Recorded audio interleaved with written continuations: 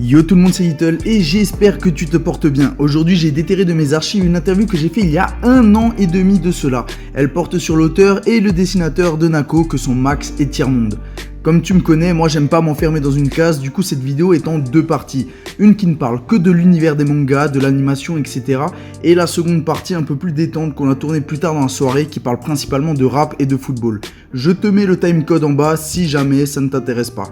Je remercie mon frérot Shahid, même s'il me fracassera quand il apprendra que je n'ai pas monté la vidéo parce que je l'avais paumé, et mon gars sur PA pour avoir géré avec la caméra. D'ailleurs, un petit mot en ce qui concerne le caméraman, ce dernier a oublié d'enregistrer la première partie de la vidéo. Donc si vous vous posez la question sur à quelle question répond Tiermonde au tout début de la vidéo, il s'agit de quel conseil donnerais-tu à quelqu'un qui veut lancer son propre manga. Pour ce qui est de l'interview, elle est vachement mastoc, elle est bien épaisse, donc n'hésite pas à faire quelque chose à côté, mets-toi la vidéo en fond sonore, mets-toi bien tranquille, fais-toi quelque chose de bien posé, et je te souhaite une bonne écoute et un bon visionnage.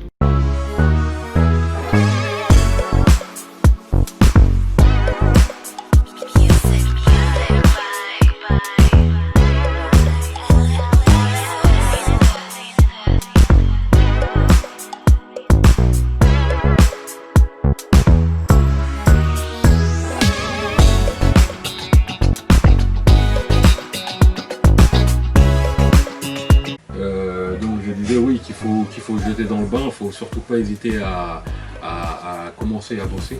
Même si vous n'avez pas tous les acquis du monde, si vous n'êtes pas le meilleur du monde, en fait, le meilleur moyen déjà de s'améliorer, c'est de travailler, c'est de faire le truc et de ne pas se donner d'excuses ou d'étapes en disant ouais, je le ferai l'année prochaine quand j'aurai appris à dessiner de telle manière, pour écrire de telle manière, ou je suis pas prêt, ou le public n'est pas prêt. Lancez-vous dans l'aventure, puis vous allez voir qu'au fur et à mesure de cette aventure, il y a des gens qui vont venir vous aider, et même vous, vous allez créer une émulation et forcément faire avancer votre projet. Quelque chose encore à dire? Non, mais du coup, non, pas du tout.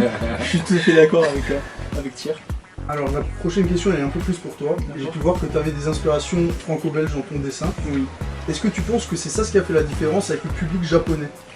Alors je sais pas du tout. En fait le truc c'est que bon, déjà oui j'ai clairement de l'influence franco-belge dans mon dessin et pas que parce qu'à la base moi j'ai fait une école de dessin animé donc plutôt dans l'animation traditionnelle. Donc du coup j'ai un petit peu de la patte Disney quand même. Moi il y a un animateur que j'adore au niveau de son taf, c'est Glen Keane. Il a notamment travaillé sur Tarzan, sur La Petite Sirène et tout ça. Et j'adore son style de dessin très dynamique. Et du coup oui, je viens d'une école qui est beaucoup moins manga à la base. C'est Thier qui m'a dit ben voilà, essaie de te nourrir de cette série animée, ce style graphique au niveau des bouquins, etc. Et tout. Donc du coup c'est comme ça que je me suis approprié les codes manga. Je les ai d'abord ingérés et après pour les retranscrire quoi.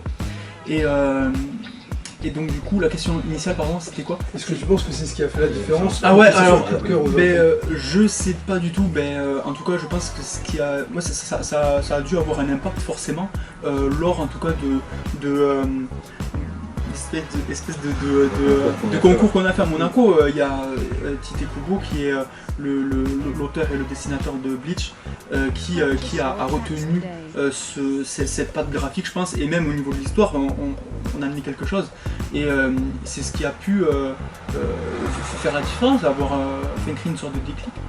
Après franchement je sais pas du tout, j'ai du mal encore à me positionner par rapport à mon style parce que je suis, comme disait Tiermonde dans la question précédente, je suis en totale initiation encore et là je suis sur tome 2 actuellement.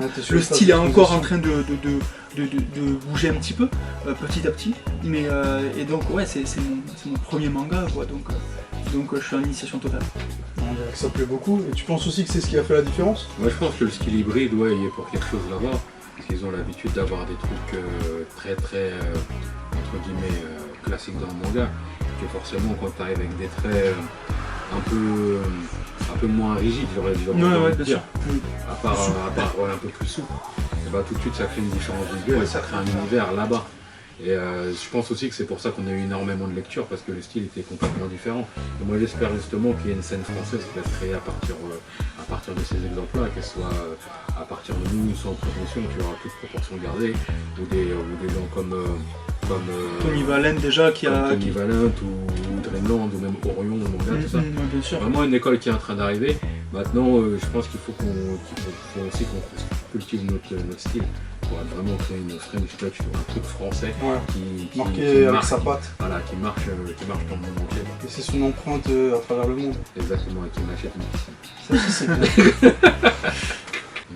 Est-ce que vous réfléchissez déjà à un autre projet en parallèle de celui-là ou vous êtes focus que sur Nako? On est focus sur Ah ouais, Nako à focus 100%. sur Nako. Il n'y a pas eu des petites idées déjà qui ont fuité On a en des exclu idées, pour nous, là on a des idées, certes, parce qu'on est quand même une machine à idées, puis on dit les rêves et les idées, c'est le carburant de notre machine en gros. Mais pour le moment, on reste concentré quand même à 100%, 200% sur Nako, parce qu'on sait que sans le succès entre guillemets de Nako, le reste ne sera peut-être pas possible. Donc on bosse justement pour promouvoir Nako, pour raconter et dessiner des trucs cool, Bien sûr. des trucs chouettes. Je pense que on doit mettre toute notre énergie là-dedans. Ok, mais pour rester sur cette idée-là, au niveau des idées, justement, comme on le disait avant, est-ce que c'est full dessin, full idée, ou est-ce que t'apportes aussi une certaine dose d'idées dans le projet? Ben, c'est un échange permanent en fait. Clairement, je suis au dessin, il est au scénario, on est co-auteurs tous les deux, c'est un univers qu'on construit ensemble. Et c'est des échanges permanents, on a une conversation WhatsApp, parce qu'on n'est pas géographiquement situé au même endroit, il est du Havre, moi de Montpellier, donc on est tout le temps sur WhatsApp à s'envoyer des références, des idées, etc. Et du coup, Thiers vient beaucoup sur la partie caractère design en me disant voilà, il faudrait qu'il soit plus comme ci, plus comme ça, en apportant des idées, des références du coup pour des vêtements, pour une allure ou quoi. Et moi, inversement, quand je reçois un scénario, ben, je dis ah non, dit comme ça, ça me paraît bizarre, faudrait plutôt le faire comme ça. Donc c'est un échange permanent, tout se construit à deux en fait. D'accord. Donc voilà, et on valide ensemble tout le temps. Que ce soit le découpage du scénario, que ce soit le car design, tout ça, on vote tout ensemble. C'est le grand débat, le vote. Un beau travail d'équipe, on dirait C'est Zidane avec le Real. C'est une vraie démocratie. Une vraie de vraie. Je sais pas si vous l'avez déjà vu, mais au Japon il y a eu déjà des mangas musicaux, notamment dans le sens de l'humour avec DJ Tonkatsu, c'est un DJ qui mixe avec des fritures, ou alors on a quelque chose de plus sérieux avec Me and the Devil Blues, désolé. Est-ce que vous voyez bien, vu que tous les deux vous avez la même connexion musicale, le même univers, même si on avait donné 6 artistes différents, est-ce que vous voyez tous les deux travailler sur un manga musical? Pour le moment, non, mais pour dire la vérité, on réfléchit à une manière d'intégrer un peu de musique dans Nako, mais pas de la musique au sens faire une OST, mais plus faire des background music un peu comme dans Dragon Ball Z. Les ambiances sonores. T'arrives à tel moment du livre, on dit attention, écoute ce morceau en même temps, on réfléchit à un truc comme ça. On n'a pas encore l'idée finale, mais je pense que dans le tome 2, il risque d'avoir un truc intégré comme ça, qui va être un truc cool. Comme je t'ai dit, on a essayé de faire des trucs cool. Ça c'est vraiment sympa, donner des références au lecteur. Voilà, exactement. Ouais.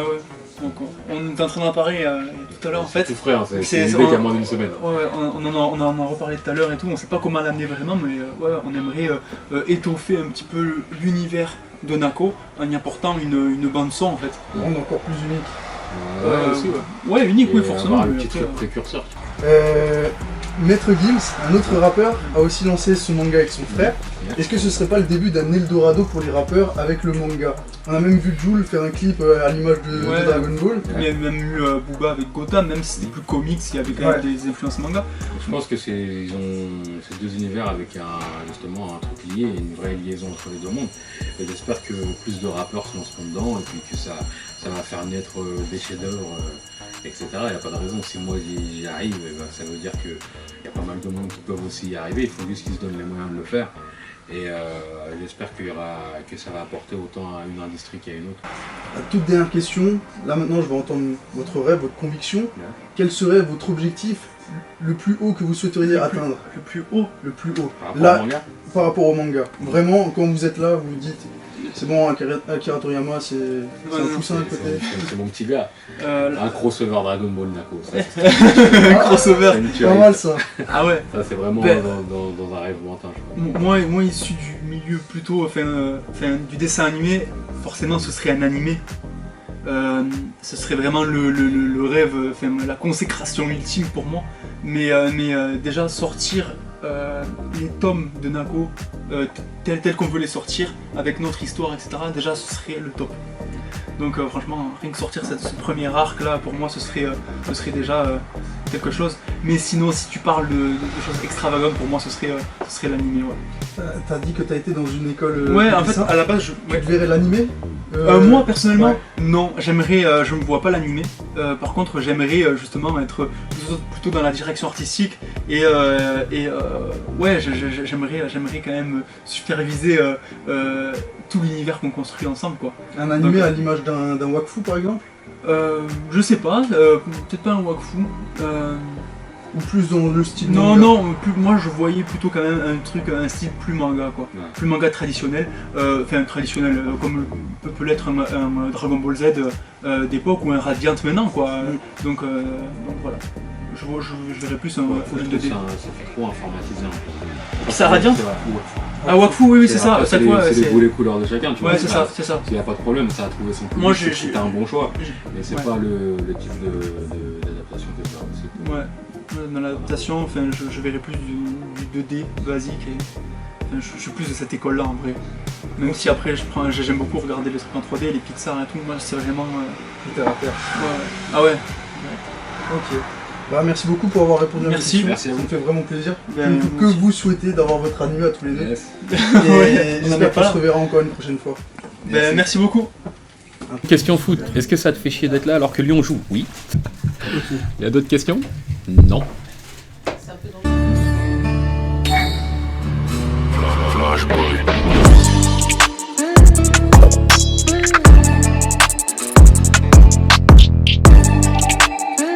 Silence, on tourne. Qui prétend faire du rap sans prendre de position? C'est une phrase que je t'ai vu mettre sur Twitter et du coup je vais te poser la question, est-ce que tu penses que pour faire du bon rap, il faut nécessairement prendre position et montrer ses opinions? Pas forcément. Aujourd'hui, le rap, il est assez riche, comme on se le dit entre nous. Le rap, aujourd'hui, c'est Netflix. Ça veut dire, t'ouvres ton application de musique et tu peux avoir tout ce que tu veux, en fait. Si t'as envie d'avoir du rap cool, t'as du rap cool. Si t'as envie d'avoir du rap qui va te faire un peu plus gamberger, tu vas en trouver. Si t'as envie d'avoir du rap un peu plus énergique pour aller à la salle de sport, tu vas trouver aussi. Donc, aujourd'hui, le rap, c'est une industrie qui est arrivée à maturité et qui est assez divers et varié pour pouvoir justement contenter tout un tas de publics, des plus littéraires aux plus fêtards. D'accord. Ouais. Et ton avis là-dedans? Est-ce qu'il faut montrer ses opinions? Pour faire du bon rap ou du rap, non, pas forcément. Il y a de très bons rappeurs qui actuellement apportent un côté parfois fiction même à leur rap, notamment comme SCH ou des personnages comme ça. C'est vraiment des personnages en fait. Et au contraire, je trouve que ça nourrit la culture et ça élargit le panel rap en fait. Et donc non, je trouve que plus il y a de catégories, au contraire, et meilleur c'est pour la culture. Du coup c'est surtout du bonus. Bonus, je sais pas. Bonus, je trouve que ça fait truc en plus. Le mot, je le trouve pas. Plus une catégorie. Ouais, je trouve que ouais. Personnellement, moi j'aime bien le côté toujours texte, je suis très attaché au texte, mais ça m'empêche pas que, par exemple, dans ma voiture, à un moment, je mette un son un peu plus dansant, un peu plus même violent pour par exemple, quand je serai à la salle de sport pour me motiver, j'aime bien avoir des gueulards dans l'oreille, comme je dis. Donc voilà, c'est vraiment accessible à tout un chacun, et je pense aussi que un jeune de 12 ans, par exemple, ne peut pas écouter du IAM ou du aujourd'hui du IAM ou du Kerry James ou autre, et que c'est bien que ces gens-là de 12 ans qui sont donc au collège et Big Flo et Oli et vice versa, tu vois. Je comprends qu'un quarantenaire ou qu'un cinquantenaire qui a grandi avec NTM, IAM, tout ça ne se reconnaissent pas forcément de Big Flo et Oli, mais peut trouver d'autres artistes qui veulent leur apporter ce qu'ils cherchent. Et c'est vraiment la grosse force du rap aujourd'hui, c'est qu'elle peut contenter tout un tas de publics, quoi. D'accord, donc sa diversité satisfait plus de monde. Exactement. Bien sûr. Voilà, en deux mots. Voilà, ça fait 10 minutes que je parle, mais... Tu as aussi dit que tu préférais l'époque où les albums étaient notés dans les magazines. Est-ce que tu penses que actuellement c'est ce qui manque pour bonifier le rap qu'on entend? Non, moi je pense que j'ai dû dire ça il y a très longtemps. Ouais. Parce que depuis ma gamberge a un peu évolué. Et je pense vraiment, c'est comme je t'ai dit tout de suite, il y a vraiment de tout et c'est tout un chacun après de se faire son opinion. Et je pense qu'aujourd'hui les notes ont été remplacées par les vidéos sur YouTube de première écoute où tu vois le gars qui écoute l'album d'un tel ou un tel qui est plus ou moins chaud et qui donne son avis à chaud. Ça peut déjà te donner une première orientation. Après, c'est vrai que l'époque où il y avait des notes, nous, c'était vraiment... il y avait encore dans le rap que le côté littéraire, en fait. C'est pour ça que tu ne peux pas forcément l'appliquer sur le côté du rap qui est moins à texte et qui est plus dans l'ambiance, mais qui reste quand même, pour le coup, de la bonne musique que j'écoute aussi, tu vois. C'est pas forcément applicable. C'est pour ça que mon tweet qui doit dater de 3-4 ans n'est pas forcément d'actualité. Et les notes ? Du coup, je trouve que les notes, en fait, ça pouvait peut-être marcher pour l'époque, en fait, parce qu'il y avait moins de catégories de rap. Donc, en fait, on pouvait noter le rap dans son ensemble. Aujourd'hui, il y a tellement de diversité que c'est difficile de placer un barème cohérent pour tout style de rap, en fait. Donc, du coup, je trouve qu'aujourd'hui, les notes, elles ont plus vraiment lieu d'être. Et comme l'a dit Thierry, en fait, c'est plus des notes d'influenceurs, en fait, qui vont faire office de première écoute, d'émissions comme ça, en fait, qui vont plus orienter le public, le spectateur, en fait, l'auditeur. Puis c'est tellement subjectif de donner une note, les goûts, les couleurs, je pense que chacun a ses préférences. Demain, moi, je peux détester un album, mais toi, tu peux le surkiffer, etc. Est-ce que c'est vraiment à moi d'avoir est-ce que c'est vraiment ma vérité qui est absolue, en fait? À l'époque, c'était bien parce que ça donnait quand même, comme il a dit tout de suite, le rap était assez uniforme. Ça veut dire qu'il fallait avoir du rap à texte qui parle avec un thème, etc. Mais maintenant, ça a trop changé. Je ne vois pas comment on pourrait appliquer ça. Ok. Et comme tu l'as dit, il y a les youtubeurs qui sont arrivés. Est-ce que vous pensez que les rappeurs actuellement, ils font attention aux critiques des youtubeurs et que ça les encourage à faire de meilleurs textes? Non. Alors moi je pense pas.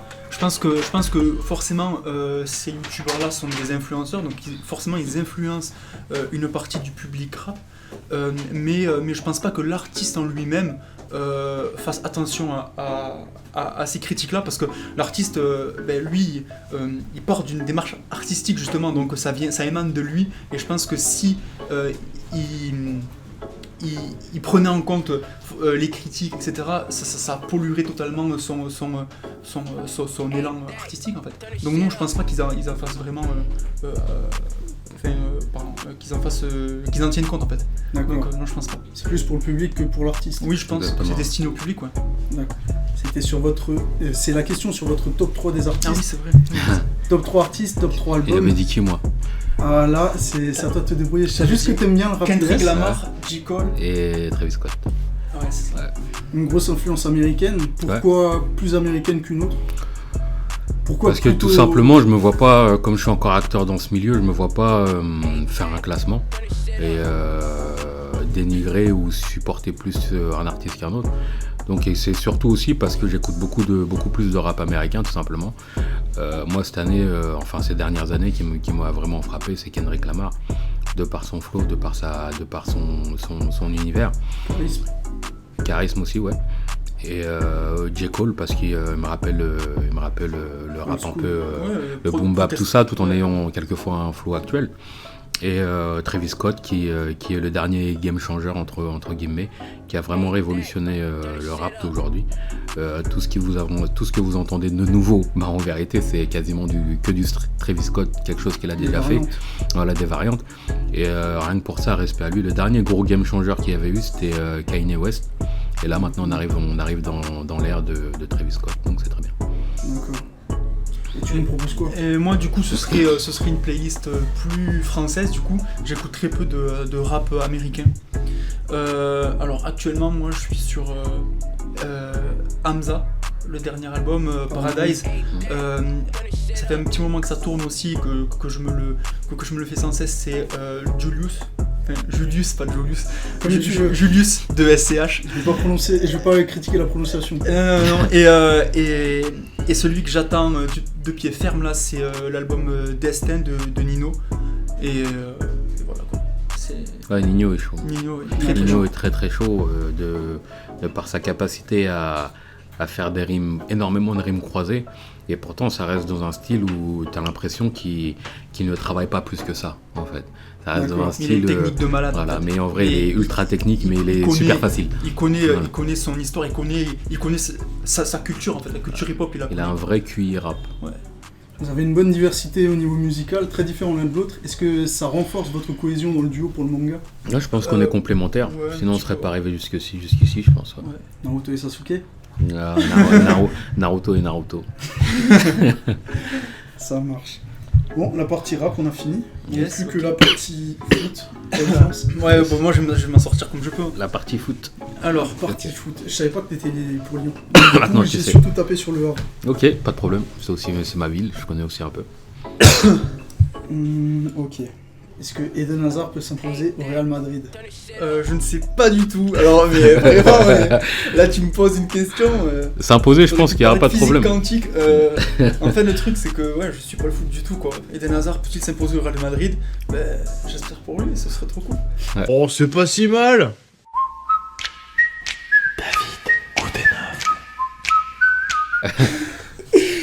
Et super la réponse. C'est cool, les réponses à Orelsan. Ah, cool. Cool, ouais, Ah, c'est cool. vrai. Ouais, c'est marrant. Tu es notamment un grand supporter du Havre. Depuis Ouais. quand tu viens ce feeling avec cette ville? Bah, j'y suis né, j'y vis encore, donc c'est un peu mes premières expériences footballistiques. Grand supporter, non, je dirais le terme que j'ai trouvé, étant donné que moi je me considère comme supporter de Lyon maintenant à 100%, je dirais plus sympathisant, tu vois. D'accord. Sympathisant du Havre parce que c'est la ville où j'ai grandi, c'est là-bas où j'ai vécu mes premières émotions au football lorsqu'ils étaient encore en Division 1, c'était même pas encore la Ligue 1, c'était la Division 1. Il y avait notamment vu un match contre Lyon à domicile qui était pas mal. J'avais vu également un match, j'avais fait une opération avec eux gamins qui s'appelle le Hack Mon Parrain où justement ils repèrent les petits talents dans la ville et après on était parti au Parc des Princes tout jeune, tu vois. Donc j'ai vraiment un gros historique et une grosse attache à ce club, même si je me considère que comme sympathisant aujourd'hui.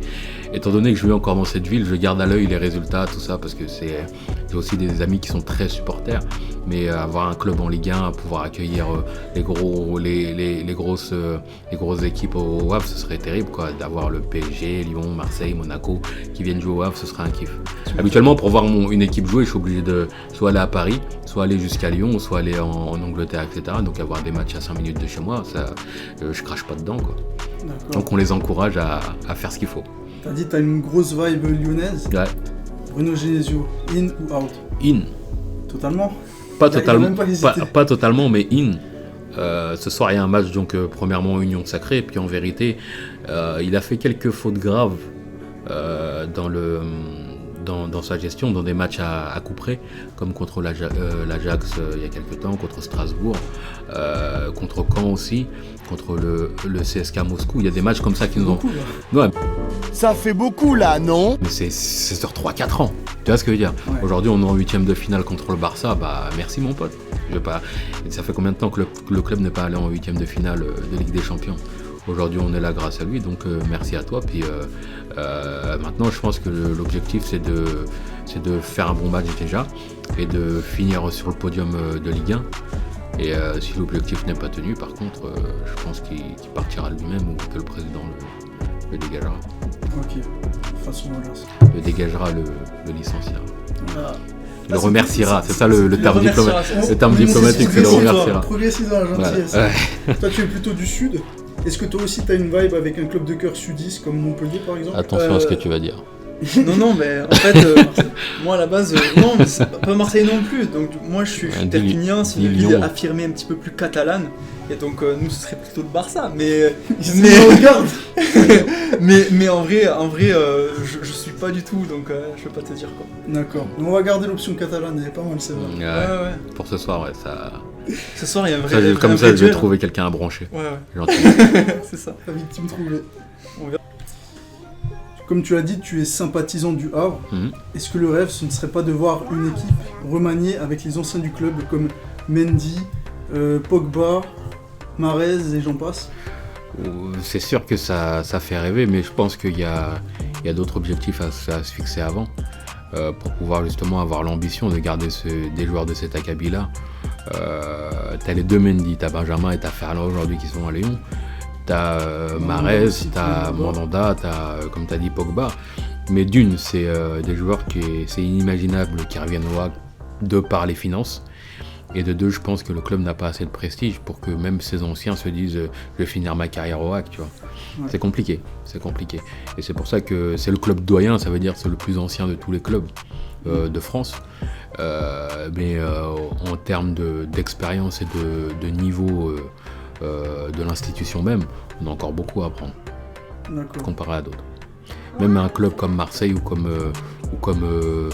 Lyon ou comme Monaco n'arrive pas à faire revenir, Monaco un peu moins, n'arrive pas à faire revenir leurs anciens joueurs pour les faire rejouer dedans. Non, Thauvin ça coûte pas, c'est pas encore un ancien joueur, Thauvin.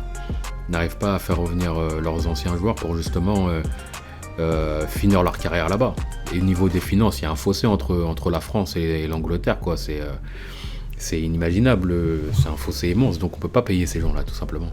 Il n'y a que le PSG qui le peut. Ok. Bah, du coup, Lyon, ils ont formé beaucoup de joueurs, Le Havre aussi. Ça fait quoi de voir autant de joueurs qui viennent de ces deux clubs-là évoluer en équipe de France ? Quand on sait que son camarade est pour Le Havre. T'es en galère. Là, je suis en train de pédaler dans la semoule, mais écoute. Moi, je pense que je réponds. Réponds totalement. Tu vas pas faire le mytho, quoi. Non, je suis plus aux états du haut, je comprends pas penser. En fait, moi, je pense... télékinésie. Non, mais...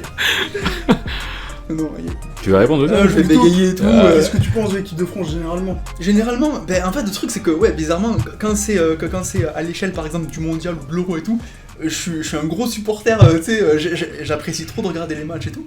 Même les matchs où il n'y a même pas l'équipe de France, il y a des matchs qui m'intéressent, mais après voilà, je suis pas du tout foot. Après l'équipe de France actuelle, non, moi je suis content de leur mondial, je suis même content mais j'étais du genre non, au contraire, un petit peu critiquer Deschamps et tout par rapport à ses sélections et tout. Et non, finalement, c'est un mec carré, il a fait des trucs, il a amené l'équipe de France où elle est aujourd'hui. Et moi, je valide totalement, je dis bravo, quoi. Mais voilà, je pourrais pas te dire plus, quoi. C'est déjà pas mal, t'as déjà marqué. De quoi ? Deschamps. Ouais, Deschamps, ben moi, je sais que j'étais pas trop chaud, il me décevait sur certains choix et tout, mais après voilà, non, il a su prouver et montrer aux gens que il a fait le taf et lui donner raison, quoi. L'histoire lui a donné raison, voilà. Piqueur, comme quoi, t'as vu ? Ouais, tu vois, l'équipe de France, on dirait que je suis les poussins, quoi. Tu vois, c'est pas un truc... Ouais, je sais pas. Dans un tweet que j'ai vu, que t'as mis il y a assez longtemps, tu critiquais la presse sportive. Tu disais comme quoi c'était le concert du football. On aurait pu avoir une attaque, Mbappé, Benzema, Dembélé. Nasri a 32 ans et encore en train de marcher sur le championnat anglais. Ribéry aurait pu gagner le Ballon d'Or et cette année on avait Varane et Mbappé qui étaient bien classés dans la course et pourtant aucun Français ne l'a eu. Est-ce que ce serait pas en partie à cause de la presse française ? Je sais pas honnêtement, franchement les tweets qui remontent à 3-4 ans, j'étais un peu moins mature qu'aujourd'hui. Après, dans le foot, ce qui est sur Twitter, moi je suis assez... c'est souvent des réactions à chaud, tu vois. Des réactions où souvent soit je blague, soit je suis un peu plus dur comme j'ai été là. Twitter, et c'est pas forcément même là que tu me les ressors tout de suite, je me trouve un peu con parce que c'est plus du tout ma pensée en fait. Non, après je te rassure, il y a plein de personnes qui pensent la même chose. Ribéry, oui, c'est le premier truc qui vient de Ribéry, je pense que on est méchant avec qu'il y a une certaine proximité qui crée le mépris en fait. Quand c'est français, c'est aussi vrai dans le manga français ou dans le cinéma français, c'est qu'on a on a un sens critique plus fort quand c'est des œuvres françaises. On l'a vu avec le City Hunter de Philippe Lachaud, on le voit avec certaines œuvres de manga français qui sortent, qui justement peinent un peu à conquérir du public parce que c'est français et les gens n'arrivent pas à faire leur première lecture. Pour Ribéry et le Ballon d'Or, je pense qu'il a souffert un peu de ça et aussi de entre guillemets de sa proximité avec même de son style qui était un peu plus banlieusard. Aujourd'hui, c'est inimaginable que au Portugal ou en Argentine, des capitaines d'équipe ou la presse sportive votent contre Messi ou contre Ronaldo. Pourquoi c'est possible en France ? Tu vois, en fait, tu peux pas demander à des gens comme Ribéry d'être patriote alors que la presse lui-même de ton pays ou même les propres capitaines d'équipe n'ont pas été patriotes. Donc ça, pour moi, c'est la première injustice. Mais du coup, c'est pas que la faute de la presse, tu vois. Après, Benzema, c'est un autre cas. C'est un cas très, très compliqué. Parce qu'il y a énormément d'humains qui rentraient dedans. T'as Deschamps qui a eu sa maison taguée, où il y a ses enfants qui dorment dedans. Même si ce n'est pas Benzema qui a tagué directement, je pense qu'il a été touché au point de se dire vas-y, lui je barre, parce que comme ça j'aurai plus de problème. Tu vois, c'est une réaction. Moi demain tu tagues ma maison en disant espèce de gros raciste, et à mes enfants qui se lèvent, qui voient ça, je sais pas comment je réagirais. Et même si la réaction de Deschamps pour moi est injuste, parce que c'est pas Benzema qui a pris son stylo qui a tagué, tu vois, mais je peux la comprendre. C'est assez paradoxal, mais je peux la comprendre, parce que au bout d'un moment ça sort de la rationalité. Tu touches à la famille, j'ai le droit de plus être rationnel en fait. Clairement. Tu vois. On est d'accord. Et après les Nasri, tout ça, bon, c'est une génération qui malheureusement a été perdue, les Menez, les Nasri, tout ça. Maintenant, je pense qu'il faut aussi arrêter de regarder vers le passé, puis regarder la belle génération qu'on a aujourd'hui avec les Mbappé, les Mendy et Mendy, les Ndombele qui arrivent en force, les Awar, tout ça. Je dis beaucoup lyonnais. Hein. Je dis beaucoup lyonnais. Mais en fait, on a des belles générations qui arrivent. Il faut se concentrer sur le futur. Benzema, il a tout gagné sauf un trophée en équipe nationale. Donc je pense qu'il est pas malheureux de son côté. Après c'est différent pour les Nasri et tout, mais je pense qu'ils sont pas malheureux non plus en fait. D'accord. Donc pourquoi je serais malheureux moi? À ressasser le passé, tu vois. J'ai rien à rajouter là-dessus, c'était clair et net. Ok. Je suis totalement d'accord. Oh, c'est pas si mal.